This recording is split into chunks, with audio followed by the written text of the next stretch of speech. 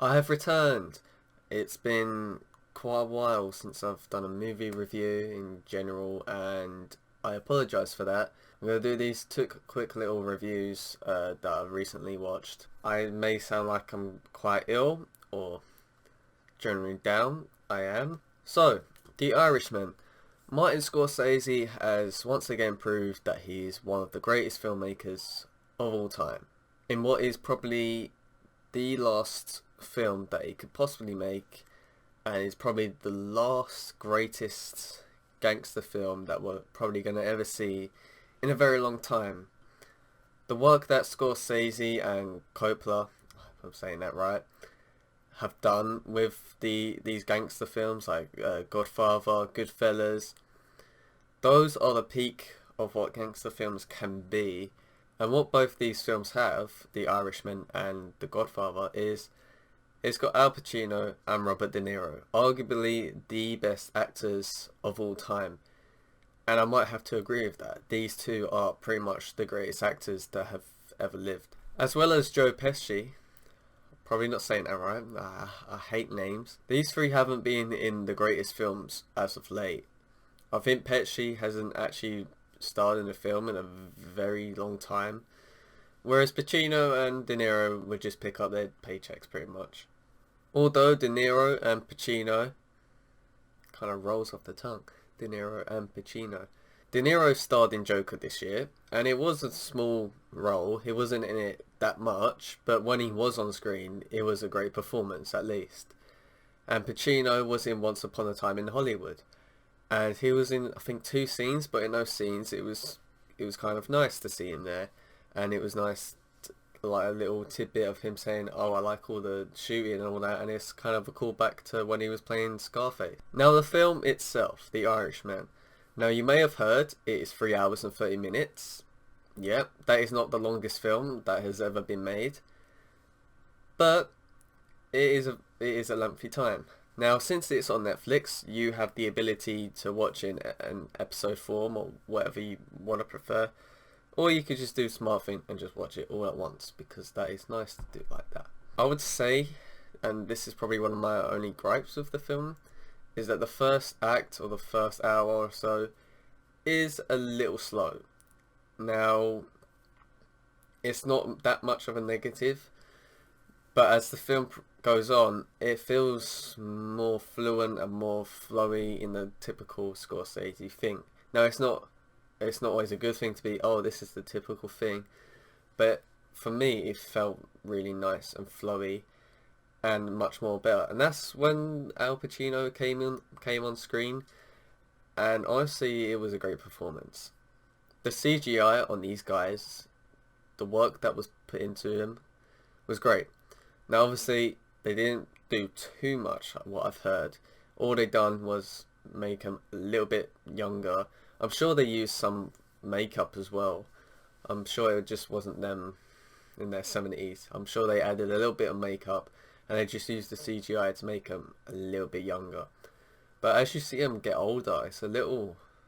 you feel sorry for them, because as they get older, their bodies are starting to increasingly get frigid, and it's a little sad when you start to see them get hurt, and regardless of what they do in the film, which I'm not going to spoil because you do need to see this. It is pretty much really accessible, this film. I'm going to say it here. Al Pacino, best supporting actor. Please go to him for any awards ceremony. I don't care what. There's so many now. But yeah, I would like to see him win Best Supporting Actor for this film. He honestly, this guy, I found myself being him a lot. I don't like it when people are late to work, or I'm on a project and people are like an hour late or whatever. It's really personal for me. It's like, if you turn up on time, I know I can trust you. Like you're the guy I'll go to. But if you're gonna turn up like an hour late or whatever, I'm just like, when someone plays an over-the-top character in some other movies, it's not as great because they haven't got the layers that go with Pacino's character in this film, Jimmy Hoffa. They don't have these extra attributes or whatever, you know, they're just over the top for the sake of being funny or just being over the top. And of course, Pesci and De Niro are fantastic in this film. Pesci is fucking terrifying in this film. Like, Pesci is probably more terrifying in this film than he was in Goodfellas, I would say. He is your average, like, older, wiser, like, gang boss. He is that now. And you never think that of him. No, not because of his size. Don't make fun of his size. He'll gut you. With De Niro, not a word of dialogue that came out of his mouth did I think. You could have said that in another way. I don't know. I mean, it was like with the rest of them as well, with some of the actors. But like, I kept thinking about it. I was like, wow, I wouldn't have him said that in any other way. And of course, lighting, music, cinematography is spot on. It is Scorsese I'm talking about. I know I'm bigging him up so much, but honestly, this guy has been around for such a long time, and he hasn't really had that movie where you're like, With some directors such as Coppola, he fell off basically. Regardless of the reasons or whatever, but Scorsese has always had a track record of going up and up and up and up. And that's that's great. That's what I want to strive towards, you know. It's great. Like, imagine making so many films during your career and it's always been like a high note. It's crazy, honestly. And I think back to what he said a couple months ago about Marvel movies, and I totally agree with him in the aspect that they are roller coaster movies and not pure definition of art. His films are more in line with art. I don't see Marvel films trying to, you know, mean anything more than just having a lot of fun, you know. 12 Angry Men. That came out in 1957. I think I'm the only one in the group of my friends that watches old films like this. I don't mind. This film seems very timeless. I did not think, wow, this film's really dated. It's shot so well. I mean, to be honest, my monitor that I'm using, I was watching it, and the aspect ratio didn't really align with the monitor's requirements, so I was watching it basically in a box format. That was a little weird, and I'm not gonna judge the film for that. Obviously, they're not gonna have 1080p resolution for a very old film, unless it's on like Blu-ray or something, in which I didn't have the Blu-ray, I had the DVD. Anyway, who knew 12 men sitting in a room for like 90 minutes, which is the runtime of this film, would be one of the best films I've ever watched. Who would have thought? Not me. And it's probably one of the best storytelling films I've ever watched as well. It's Henry Fonda going around the room trying to convince 11 other men that an 18-year-old boy isn't a murderer. And we learn so much from the characters, or not all of them, but like, you earn little bits in some others that don't contribute as much to the film.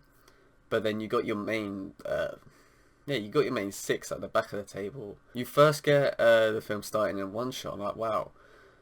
Films nowadays are always being praised for being like one shots and all this. And then I'm like, wow, they were doing it back then as well. So I'm not going to overly say, oh wow, that scene was in one shot.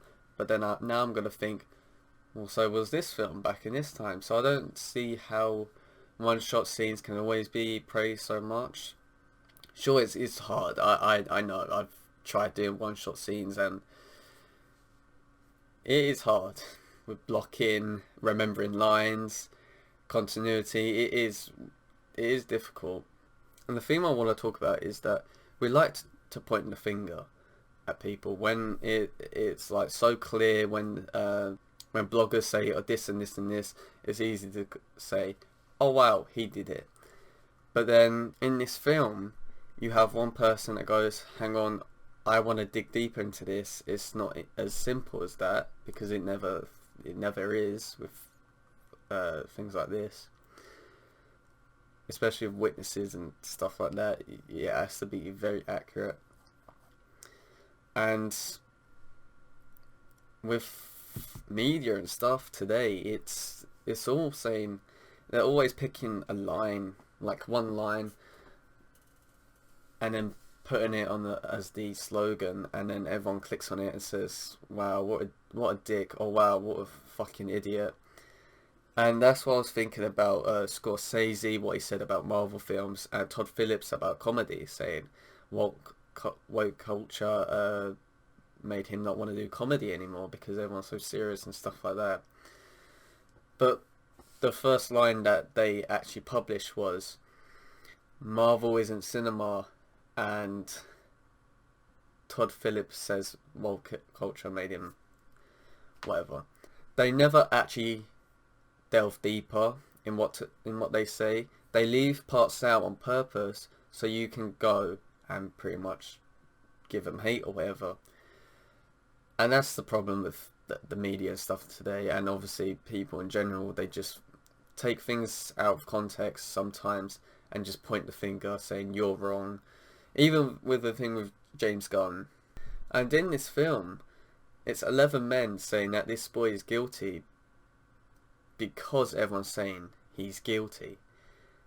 But as the film goes on, he's Henry Fonda, he's convincing people.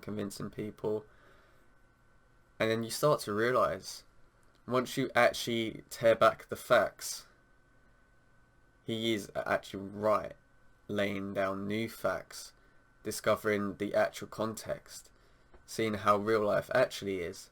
And that's why I agree with both Scorsese and Todd Phillips. Obviously they had to keep going back and back to interviews to clarify what they said, because the world is just fucking idiots. They don't understand context nowadays. Everything has to be described fully. Everything has to be explained. Everything.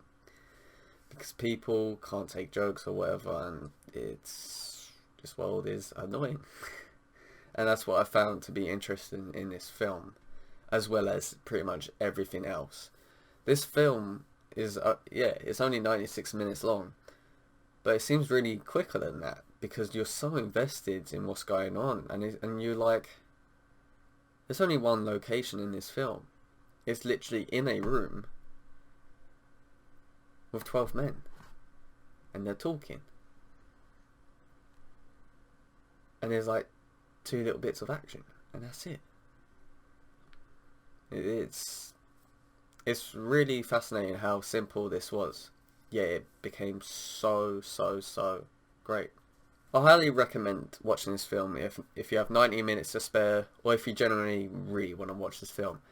I give this film 10 out of 10, and I give The Irishman 9 out of 10, just because the hour was a little bit slow. It wasn't bad, it was just a bit slow. And with things being slow sometimes in films, I can respect it. But this, I was trying to get into it. I don't know if it's because I literally just got home from work or whatever. But I don't know. It took me a while to get into it. Thank you for watching, guys. This review might have been a bit weird because my voice is dying, and at the moment I can see myself in the webcam and I'm completely dark. I can't fix the lighting at the moment. My room is a fucking mess. Yeah, will have my Dark Knight review soon, because I keep saying I will do it, but I'm not doing it. I will do it. If I don't do it in the next week or so, I give you permission to steal my Dr. Finkelstein figure. Thank you for watching, and goodbye.